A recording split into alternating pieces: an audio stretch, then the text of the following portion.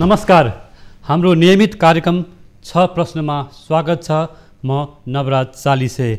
गठबन्धन दलमा आबद्ध दलका शीर्ष नेताहरूको उपस्थितिमा सरकारले न्यूनतम साझा कार्यक्रम सार्वजनिक गरेको छ। केही विवादित विषय हटाउँदै ल्याइएको साझा कार्यक्रममा कालापानी विवाद सल्टाउनेदेखि स्वास्थ्य सामग्री खरिदमा भएको अनियमिततामा छानबिन गर्नेसम्म उल्लेख गरिएको छ।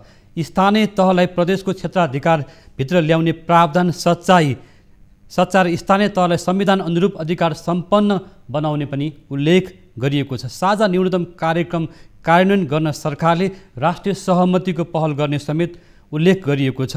र यति बेला देउबा नेतृत्वको सरकारले ल्याएको साझा कार्यक्रम बारेमा विभिन्न खालको टीका टिप्पणीहरू भइरहेको छ। निवर्तमान सरकार केपी शर्मा ओलीले ल्याएका कार्यक्रम, बजेट र यो साझा कार्यक्रमका बारेमा आज हामी छलफल गर्नेछौँ। र हामीसँग जोडिनु भएको छ स्टुडियोमा योजना आयोगका पूर्व उपाध्यक्ष डाक्टर पुष्प कँडेल। यहाँलाई स्वागत छ। नमस्कार। यहाँले निवर्तमान सरकार केपी शर्मा ओलीसँग भन्न लामो समय रहेर काम गर्नुभयो होइन, र यहाँले बजेट ल्याउनु भयो होइन, विभिन्न खालका चाहिँ कार्यक्रमहरू ल्याउनु भएको छ। हिजो प्रस्तुत भएको गठबन्धन सरकारले प्रस्तुत गरेको साझा कार्यक्रमलाई कसरी हेर्नुभएको छ? पहिलाको र अहिलेको चाहिँ यसो हेर्दाखेरि मैले अलिअलि चिटिङ,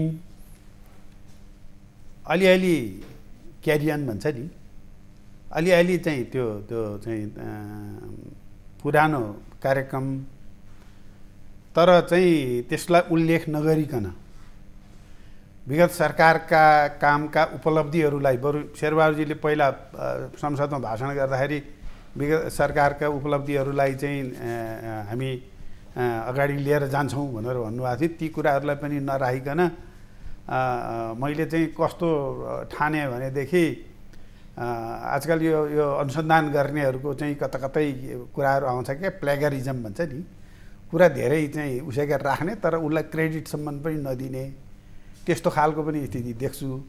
र केही चाहिँ अब नयाँ कुराहरू पनि छ र अलिअलि अनौठा लाग्दा नमिलेका के कता कुन सन्दर्भमा आयो होला जस्ता कुराहरू पनि देखिन्छन्।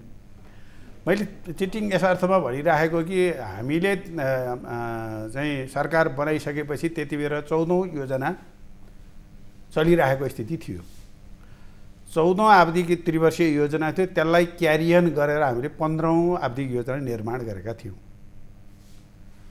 यो नीति तथा कार्यक्रमले अहिले यो जुन आयो साझा कार्यक्रम, त्यसले 15औं आवधिक योजनाले तयार गरेका कुराहरू चाहिँ जम्मै राखेकै छ। त्यो करिब 90-95% राखेको छ। तर त्यसमा 15औं आवधिक योजनाले भनेको भनैसम्मका कुरा त्यहाँ राखेका छैन, कतै केही पनि छैन। सरकारका अगाडिका नीति तथा कार्यक्रमका कुराहरू कतै कहीँ केही पनि उल्लेख गरेको केही पनि देखिँदैन। जस्तो गठबन्धन सरकारले प्रस्तुत गरेको कार्यक्रमलाई अलिअलि चिटिङ पनि भन्नुभयो। यहाँ त युनिभर्सिटीको प्राध्यापक पनि हुनुहुन्छ कि यो थेसिसमा अथवा रिसर्च गर्ने अनुसन्धानकर्ताहरूले यता तलमाथि पारे जस्तो मात्रै छ भन्नु खोज्नु भएको हो। धेरै कुराहरू चाहिँ राख्ने, तर चाहिँ अघिल्ला सरकारका कुरा जम्मै लिपियाधुरा पनि अघिल्ला सरकारकै कुराहरू हो, डिजिटल नेपालका कुरा पनि अघिल्ला सरकारकै कुरा हो, अरू थुप्रा चिजहरू त्यहाँ राखेको छ कि अघिल्ला सरकारले गरेका कुरा, अघिल्ला सरकारका तर त्यसलाई चाहिँ अघिल्लो सरकारले गरेका राम्रा कुराहरूलाई अगाडि लिएर जाने भन्ने सम्बन्धको कुरो पनि राखेको छैन। 15औं आवधिक योजनाका कुरा राखेको छैन। दिगो विकास लक्ष्यको हाम्रो चाहिँ 2030 सम्मको कमिटमेन्टका विषयहरू छ, त्यो विषय यसमा राखिएको छैन। समृद्ध नेपाल सुखी नेपालीका कुराहरू राखिएको छैन। र अब हामी चाहिँ अल्पविकसित देशबाट विकासशील देशमा जाने भनेर जुन हामीले चाहिँ लक्ष्य निर्धारण गरेका छौँ र संयुक्त राष्ट्रसङ्घले पनि चाहिँ त्यसलाई चाहिँ निर्णय गरिसकेको र अब त्यसको रणनीति बनाएर अगाडि बढ्नुपर्ने स्थिति छ, त्यसको पनि कुरा यहाँ उल्लेख गरेका छैन। विकासशील देशमा जाने भनेको छैन, विकसित देशमा जाने भनेको छ। अब यो के भने हो त्यो चाहिँ त मैले उहाँहरूले नबुझेर राखे हो कि मैले नबुझे हो म त बुझ्दिनँ, तर चाहिँ उहाँहरूले गर्दाखेरि त्यस्तो खालको चाहिँ अघिल्लै सरकारका नेताहरू पनि हुनुहुन्छ नि त अहिले पनि। भनौँ न माओवादी केन्द्रका अध्यक्ष पुष्पकमल दाहाल होइन, प्रचण्ड, त्यसपछि भनौँ न उपेन्द्र यादव, त्यस माधव नेपाल सम्म पनि यसमा प्रत्यक्ष अप्रत्यक्ष हुनुहुन्छ होइन। अब माधव नेपाल त के हुनुहुन्छ म यसमा भन्न सक्दिनँ, जान्दिनँ होइन। आजकल उहाँको त्यति धेरै संलग्नता यो नीति निर्माणमै भयो भएन भन्ने कुरोमा म त्यति छैन। अब पुष्पकमल दाहाल हुनुहुन्छ, अब उपेन्द्र यादव त पछिल्लो सुरुमा हुनुभयो तर पछिल्लो चरणमा रहनु भएन फेरि। तर उहाँलाई अघिल्लो सरकारको रणनीति र योजना त थाहा छ नि त। त्यति बेला चाहिँ हुनुहुन्थ्यो उहाँ पनि। अब उहाँहरूको चाहिँ यदि चाहिँ इमान्दारिता हो भनेदेखि यो चिजलाई उहाँहरूले पनि पास गरे डकुमेन्ट हो। 15औं योजनाकै कुरा गरिराख्ने हो भने पनि पुष्पकमल दाहालजी पनि चाहिँ उपस्थित हुनुहुन्थ्यो त्यो डकुमेन्ट राष्ट्रिय त्यो विकास परिषदको बैठकबाट पास गर्दा। यो कार्यक्रम उहाँले पनि भाषण गर्नुभएको थियो र एकदम चाहिँ राम्रो छ भनेर भन्नुभएको थियो। यो कार्यक्रम तयार गर्दाखेरि यति बेला भनौँ जसपाको राजेन्द्र श्रेष्ठ, उपेन्द्र यादव, बाबुराम भट्टराई लगायत त्यसै गरी भनौँ न यो भनौँ यति बेला माओवादी केन्द्रका नेताहरू होइन वर्षमान पुन लगायत नेताहरू पनि संलग्न यसमा चाहिँ सहभागी भएको देखिन्छ। यो कार्यक्रमले दूरगामी असर गर्ने र हामी पछिसम्म लिएर जान्छौँ भनेको एउटा अवस्था छ भने, अर्को कुरा निवर्तमान सरकार केपी शर्मा ओलीले तयार गर्नुभएको कार्यक्रम लक्षित गर्दै सर्वसत्तावादी भनिएको छ, अलोकतान्त्रिक भनिएको छ, अधिनायकवादी शासन सत्ता सञ्चालन गर्न प्रतिगामी प्रवृत्तिलाई चाहिँ यो सरकारले निरन्तर दिने छैन भन्ने शब्दहरू पनि उल्लेख गरिएको छ। त्यो कुराहरू भनिएको छ। त्यहीका आधारमा यो सरकार बनेको छ त त्यो त उहाँहरूले भन्नुपर्ने बाध्यतै छ। नभनेदेखि त के का आधारमा यो सरकार बन्यो र अनि के चाहिँ कसरी अगाडि जाने भनेर भन्नुपर्ने चाहिँ स्थिति हुन्छ। त्यस कारणले गर्दाखेरि त्यो उहाँहरूको बाध्यता हो। त्यो भने तापनि अब त्यति बेलाको सरकारका कुरा म धेरै त्यसमा अहिले जान चाहन्छु। एउटा कुरा चाहिँ मिठो शब्द बोल्नुभयो, चिटिङ गर्यो भन्नुभयो। अघिल्लो कार्यक्रमका लागि पनि चिटिङ गर्यो, अलिकति तलमाथि गर्ने र अनुसन्धानमा संलग्न भएका व्यक्तिहरू यहाँ चाहिँ संलग्न भएको देखियो। अलिकति क्रेडिट नदिने क्या, क्रेडिट नदिने चाहिँ अनुसन्धानको चाहिँ अर्काले गरेका कामको चाहिँ त्यो चाहिँ लिने आफूले रेफरेन्स चाहिँ नदिने क्या। त्यसलाई भन्छ चाहिँ तपाईँले त्यो चिटिङ गरे प्लेगारिजम जे भनिन्छ त्यस्तै खालको हो क्या यो। भनेपछि प्राध्यापकहरूको भाषामा भन्दा यही हो। त्यही त्यो मुख्य कुरो त्यही हो। र अरू एक दुईवटा कुरा तपाईँ फेरि यहाँ सन्दर्भ अर्कोतिर जानु होला। मैले यहाँ 2-4 कुरा चाहिँ तर मैले एउटा कुरा सोधिहाल्छु सन्दर्भ अनौठा कुरा चाहिँ केही छन् क्या। अनौठा कुरा केही कुराहरू राख्न चाहन्छु। एउटा चाहिँ त्यहाँ बिचमा चाहिँ चितवनमा हाइटेक, चितवनमा त भनेर लेखेको छैन, नेपालको मध्य चाहिँ भागमा एउटा हाइटेक सिटी बनाउने भनेको छ। त्यो सन्दर्भ पनि मिल्दैन, ल्याएर एकचोटि ट्याक्क ल्याएर चाहिँ हाइटेक सिटी भन्ने त्यसको अर्थ के हो, त्यो कहाँ हो, त्यो किन आयो, त्यो कसका लागि आयो भन्ने कुरो एउटा बुझ्नुपर्ने त्यो देखिन्छ। अब हामी कहाँ चाहिँ स्मार्ट सिटीका कुरा भइराखेका छन्, नयाँ सहर आयोजनाका कुराहरू भइराखेका छन्, सहरी करिडोर आयोजनाका कुराहरू भइराखेका छन्। त्यसमा फेरि अब यो चाहिँ हाइटेक सिटी बनाउने, त्यो पनि चाहिँ नेपालको मध्य भागमा बनाउने, एउटा बनाउने फेरि एउटा चाहिँ अनौठो लाग्दो कुरो छ होइन। अब त्यस्तै गरी चाहिँ अर्को मैले अघि पनि भने चाहिँ अब यो विकासशील देशमा लैजाने भनेर चाहिँ अब संयुक्त राष्ट्रसङ्घले पनि भनेको छ र हाम्रो अहिलेको मूलधारको कुरो त्यही हो। त्यो कुरो यसमा उल्लेख गरिएको छैन। दिगो विकास लक्ष्यका जुन कुराहरू छन्, हाम्रो कमिटमेन्टका कुराहरू छन्, त्यो दिगो विकास चाहिँ कुराहरूलाई पनि यसमा राखिएको छैन। अब त्यस्तै गरी अब यो चाहिँ अर्को एउटा रमाइलो कुरो के छ भने तपाईँले त्यो माथि नै प्रस्तावनामै हेर्दाखेरि राजमो एउटा गठबन्धनको एउटा होइन त, राजमोको नाम पनि छैन अनि राजमोको नीति पनि छैन यहाँ। अब यसले के देख्छ भने राजमो चाहिँ त्यो गठबन्धनबाट आउट भइसक्यो भन्ने कुरो देख्छ। म त चाहिँ राजमोलाई यहाँ आग्रह के गर्न चाहन्छु भने तपाईँहरूको नीति अनुसार यो बनिया छ। एउटा प्रश्न त्यो अर्को एउटा चाहिँ रमाइलो चाहिँ माओवादीको पनि जनयुद्ध चाहिँ हराएछ अहिले। अरू बेलामा त उहाँहरूले भन्ने गर्नुहुन्छ, तर यो दस्तावेजमा जनयुद्धको कुरो चाहिँ त्यसमा पनि राखेको छैन।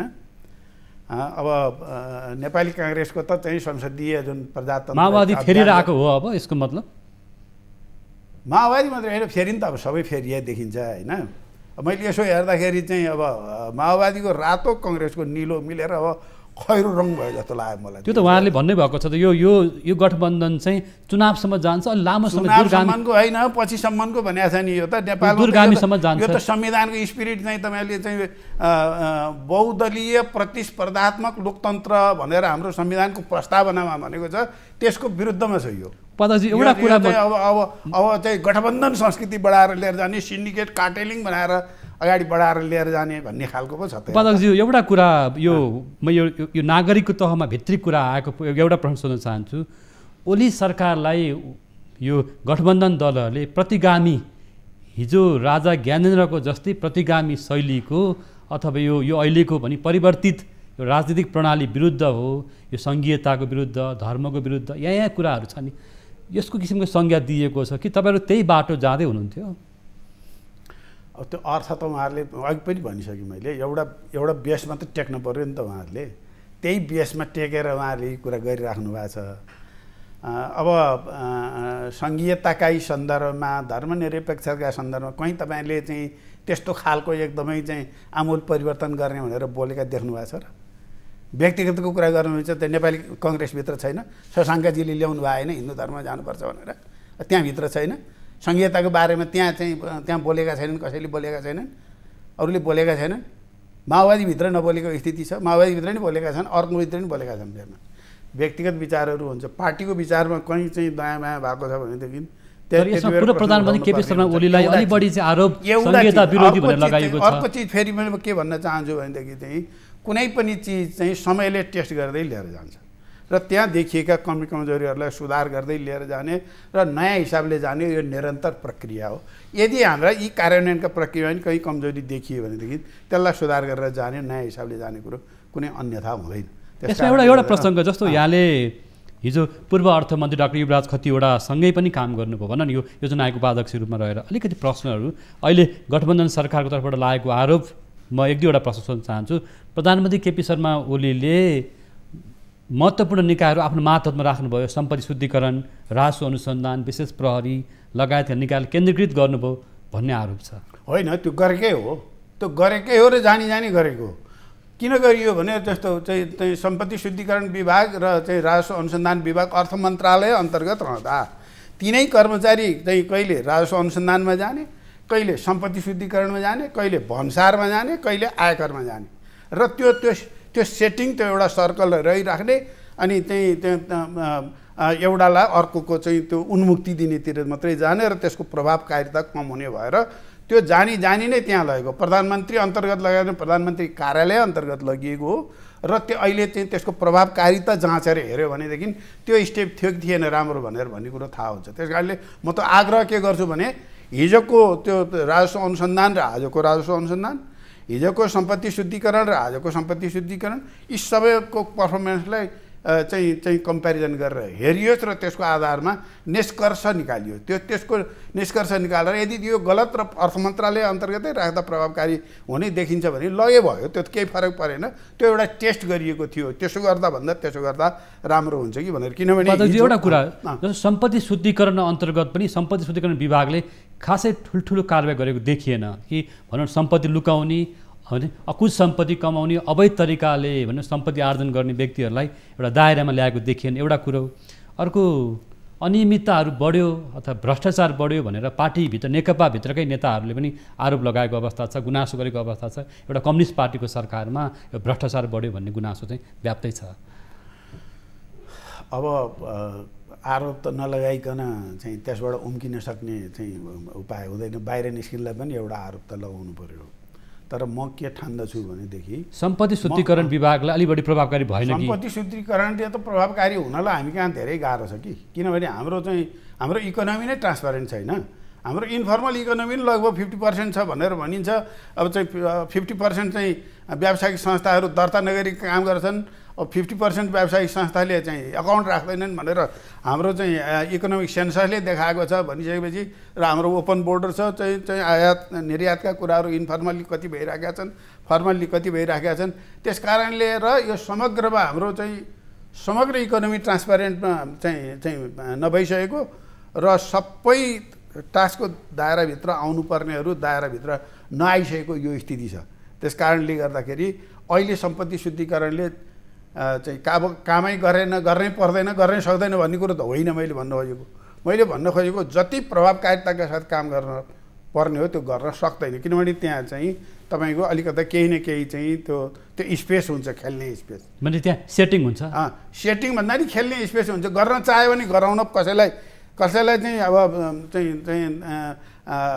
यो बदमासै छ भनेर प्रमाणित गराउन चाह्यो बदमासी गराउन सक्ने, छुट दिन चाह्यो छुट दिन पनि सक्ने, त्यस्तो खालको चाहिँ स्पेस छ कि हाम्रो। तपाईँको हिसाब किताब ट्रान्सपारेन्ट तपाईँसँग छैन, मेरो मसँग छैन, अथवा देशसँग छैन कि अब हाम्रो चाहिँ नेसनल आइडी सिस्टम बनाउने भयो त्यो पनि कार्यान्वयन गर्न सकेको स्थिति छैन। टोटालिटीमा कोही पनि टोटल ट्रान्सपारेन्ट छैन अहिले। सबै हाम्रो चाहिँ इकोनोमी चाहिँ हाम्रो गभर्मेन्टको चाहिँ नेटभित्र चाहिँ आउने स्थिति नै छैन। ट्याक्स नेटमा हामी सबै आउन सक्ने स्थिति नै छैन। त्यो धेरै रिफर्म गर्नुपर्ने आवश्यकता देख्छु मैले। हजुर, हामी साझा कार्यक्रममा उल्लेख भएका कुराहरू पनि गर्नेछौँ। पानी जहाजदेखि रेलसम्मको विषयवस्तुलाई उठाइएको छ। एमसिसीको विषयमा हामी कुरा गर्न बाँकी नै छ। दर्शकवृन्द, आज हामी यतिखेर राष्ट्रिय योजना आयोगका पूर्व उपाध्यक्ष प्राध्यापक डाक्टर पुष्प कँडेल अहिले हामीसँग जोडिनु भएको छ। तपाईँहरू हामीसँगै रहनुहोला। पालो भएको छ ब्रेकको। लाइफबोय हात धुने समयका साथमा लाइफबोय।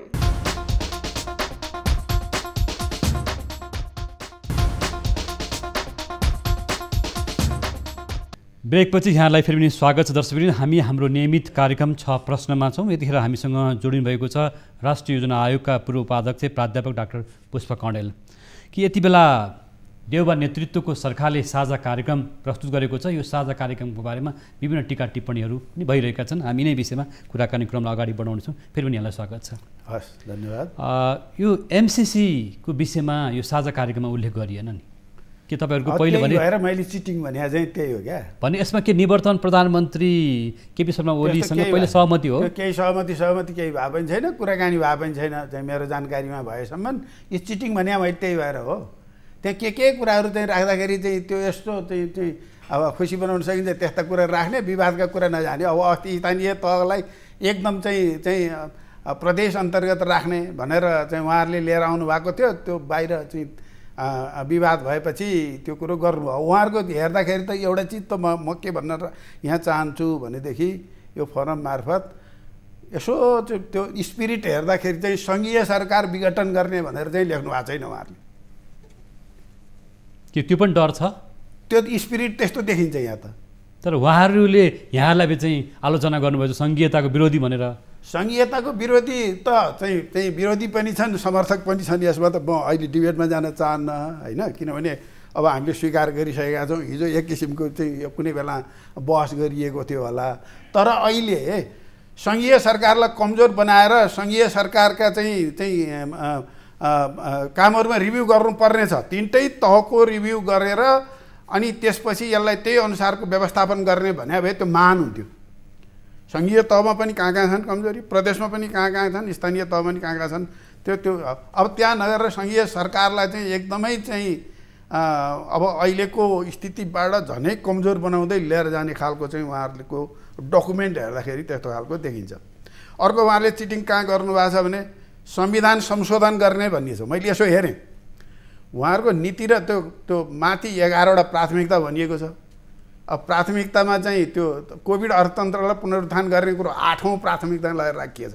8औँमा हेर्नुहोस् है। अनि त्यहाँ फेरि त्यो 11वटा चाहिँ प्राथमिकता र 10वटा चाहिँ जुन चाहिँ अब नीति तथा कार्यक्रम छ त्यसको पनि मिल्दैन र त्यसमा संविधान संशोधनको चाहिँ एउटा बुँदा राखिएको छ चाहिँ उसमा प्राथमिकतामा, तर त्यहाँ चाहिँ त्यही केही व्याख्या गरिएको छैन। अनि राजनीतिक सहमति पनि खोजिएको छ फेरि है। एउटा प्रश्न यो आम नागरिकसँग जोडिएको प्रश्न भएको हुनाले एमसिसीको तपाईँले छुन खोज्नु भएको थियो। एमसिसीमा निवर्तमान सरकारको सहमति छ होइन, केपी शर्मा ओली नेतृत्वको सरकारको पनि सहमति छ होइन। अहिले पूर्व अर्थमन्त्री डाक्टर युवराज खतिवडा अमेरिकामै हुनुहुन्छ, राजदूत भएर बस्नु भएको छ। यी सबै कुराहरू हेर्दा यो निवर्तमान सरकार र अहिले जति पार्टी नेताहरू छन् प्रचण्डदेखि बाबुराम पेस गरे भयो नि त। अनि जे भए पनि ती देखिहाल्छ नि त कसका समर्थन रहेनछन् कसका के रहेछन् भनेर। हिम्मत छ भने संसदमा पेस गर्ने नि, पेस गरौँ होइन, पेस गरौँ न। अनि त्यो को कतापट्टि लाग्छ त्यसपछि थाहा भइहाल्छ नि। त्यो तपाईँले चुनौती दिनुभएको हो? चुनौती नै दिएको मैले। अब हिजो त संसदमा पेश गरिएन। हिजै टेस्ट हुन्थ्यो होला सम्भवतः। तर एमसिसीको घुमाउरो तरिकाले प्रत्यक्ष अप्रत्यक्ष रूपमा नुन खाएका छन्। नुन खाएको कुरो छैन। हेर्नुहोस् त, नुन कसैले खायो भने खायो भए चाहिँ त्यति बेर जसले सम्झौता गरे हुन् त्यति बेर चाहिँ तिनले खायो होला नुन। तर चाहिँ केपी ओलीले र केपी ओली नेतृत्वको त्यो सरकारले र चाहिँ नेकपा एमाले पनि त्यो नुन खाएको छैन। एमसिसीमा ओली सरकार र एमाले नुन खाएको छैन।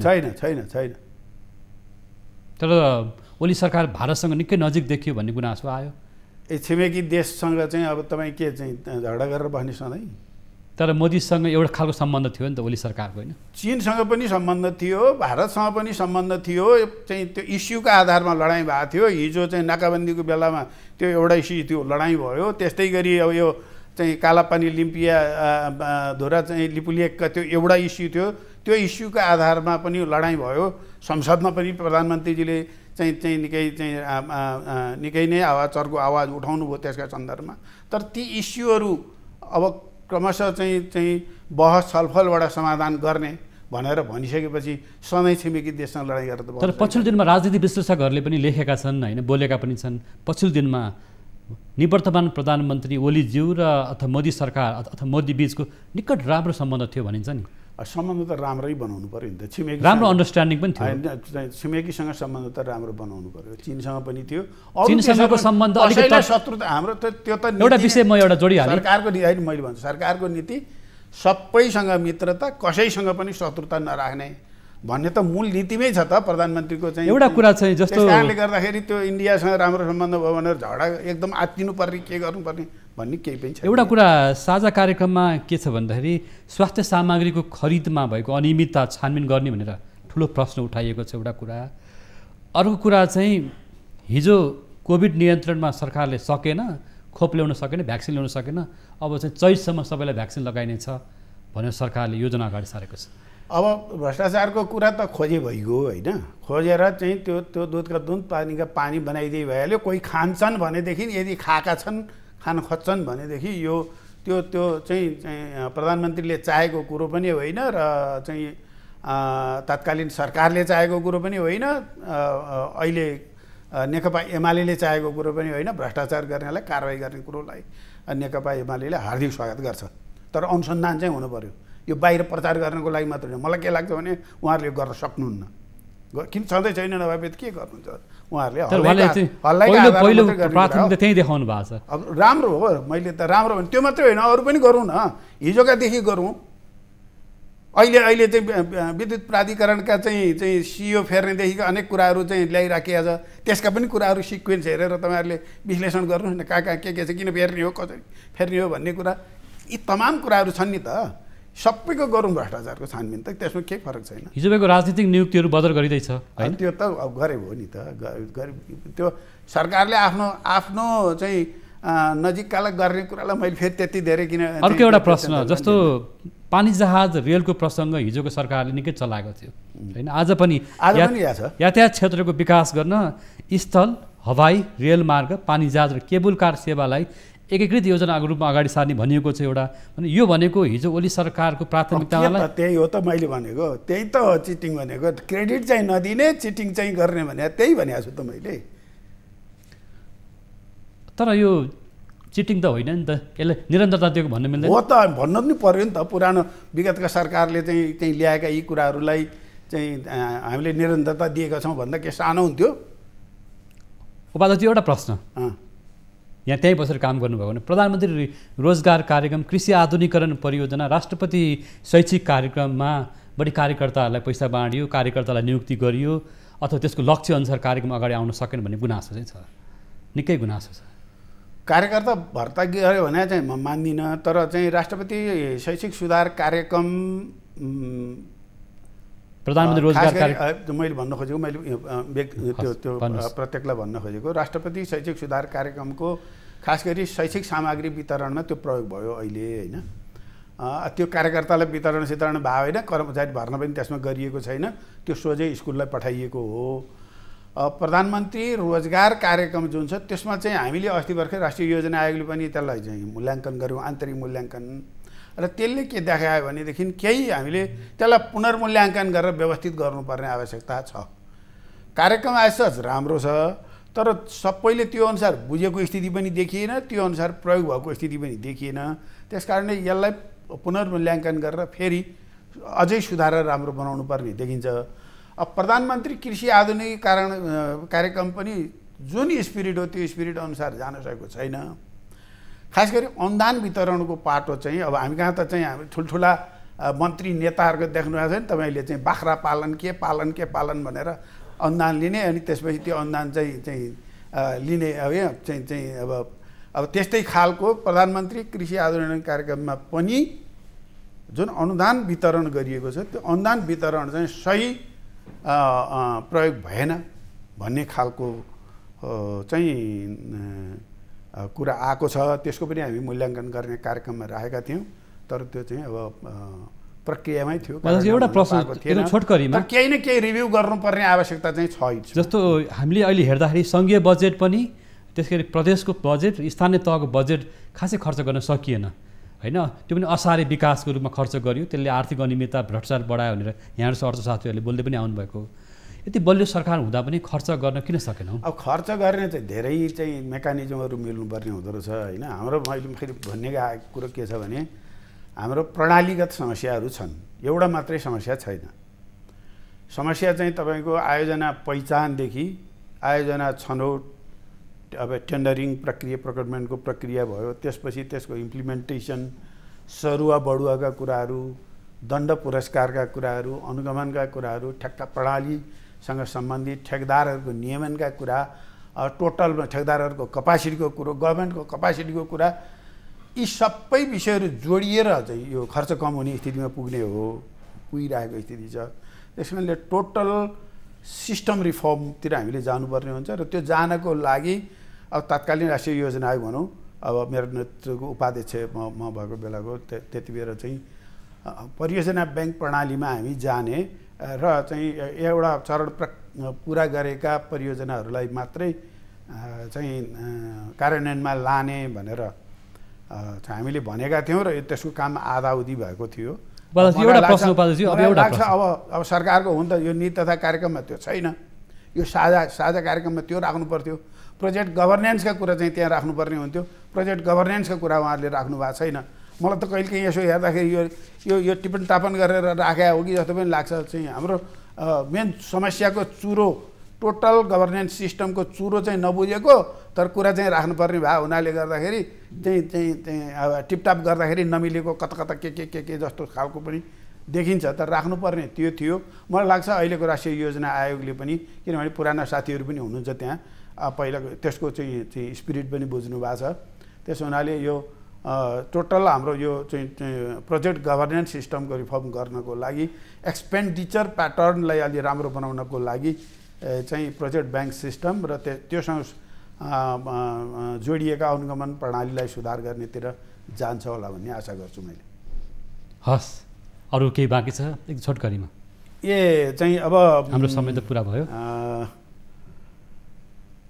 ठिकै छ, मैले चाहिँ भन्नुपर्ने कुराहरू त अब धेरै भने नै जस्तो लाग्छ। अब चाहिँ यहाँले चिटिङ भयो ठाउँमा भन्नु होइन, त्यो त निश्चितै रूपमा छ। चाहिँ अब उहाँहरूले, मैले फेरि पनि के भन्न चाहन्छु भने अब 15औँ योजना कार्यान्वयन गर्नु चाहिँ गर्नु न त उहाँहरूले। 15औँ आवधिक योजना एउटा स्टेट सिस्टम भने त कन्टिन्युइङ सिस्टम हो नि। अनि यो चाहिँ एक वर्षमा परिवर्तन गर्ने हाम्रो त देखि नै हालेको छौँ। एक वर्षमा सरकार परिवर्तन हुन्छ, धन्न अनेक तिगडम गरेर भने पनि, जे गरेर भने पनि, अब भन्दाखेरि मान्छेले तिगडम भन्छन् के भन्छन्, तर लेजिटिमेटै हिसाबले गा भन्ने नै बुझ्छु मैले बुझ्दाखेरि। 3.5 वर्ष टिक्यो एउटा सरकार, अब त यो त 1 वर्ष टिक्नेवाला छ होइन। 1 वर्षपछि त चाहिँ परिवर्तन हुन्छ। अब यो ठाउँमा तपाईँले अघिल्लो सरकारले बनाएका नीति कार्यक्रम चाहिँ परियोजनाहरू त्यसलाई कन्टिन्यू गरेर लिएर नजाने हो भने हामी कहाँ पुग्छौँ? अहिले चाहिँ हजारमा होइन, झन्डै चाहिँ 10औँ हजारमा चाहिँ यो देशभरिमा सङ्घ, प्रदेश र स्थानीय तहबाट रन भइरहेका परियोजनाहरू छन्। हामीसँग रिसोर्स त लिमिटेड छ। त्यसलाई तपाईँले उपयुक्त हिसाबले विनियोजन गर्नको लागि र कन्टिन्यू भइरहेको जुन परियोजनाहरू छ तिनलाई सम्पन्न गर्ने कुरा राख्नुपर्छ पर्दैन। यो चाहिँ नीति तथा कार्यक्रम, साझा नीति तथा कार्यक्रममा छोड्दै जाने? 15औं योजनामा त हामीले अगाडि चाहिँ सुरु गरेका परियोजनाहरूलाई यो 15औं योजनाको अवधिभित्र चाहिँ सम्पन्न गर्ने भनेर राखेका थियौँ र त्यो अनुसार राष्ट्रिय गौरवका आयोजनाको 2टा त चाहिँ अनेक गरेर चाहिँ त्यसलाई तदारुकता लिएर सम्पन्न पनि गरायौँ र 2टा 3टा त अब त्यो निकट भविष्यमा सम्पन्न हुने स्थितिमा थियो। त्यो इमान्दारिता चाहिन्छ कि चाहिँदैन यसमा? हजुर हो, यहाँले प्राध्यापक भएको हुनाले एउटा चिटिङको प्रश्न उठाइसक्नु भएको छ, समय दिनुभयो यसको लागि धन्यवाद। हस्, नमस्कार, यहाँलाई पनि धन्यवाद सम्पूर्ण दर्शकवृन्दलाई चाहिँ। आज हाम्रो नियमित प्रस्तुति 6 प्रश्नमा हामीले देउबा नेतृत्वको सरकारले प्रस्तुत गरेको साझा कार्यक्रमका बारेमा, साझा कार्यक्रममा भएका विगतका सरकारले उठाएका कार्यक्रम र यति बेला नयाँ कार्यक्रमहरू के आए त र यो सरकारले दूरगामी कार्यक्रम के ल्याउन सक्ला या नसक्ला भन्ने जस्ता विषयहरूमा समीक्षा गऱ्यौँ। हामीसँग राष्ट्रिय योजना आयोगका पूर्व उपाध्यक्ष प्राध्यापक डाक्टर पुष्प कँडेल जोडिनु भएको थियो। उहाँको समय विचारको लागि पनि धन्यवाद। नियमित प्रस्तुति 6 प्रश्नको समय पुरा भएको छ। हामी यो कार्यक्रमबाट बिदा माग्छौँ। नमस्कार।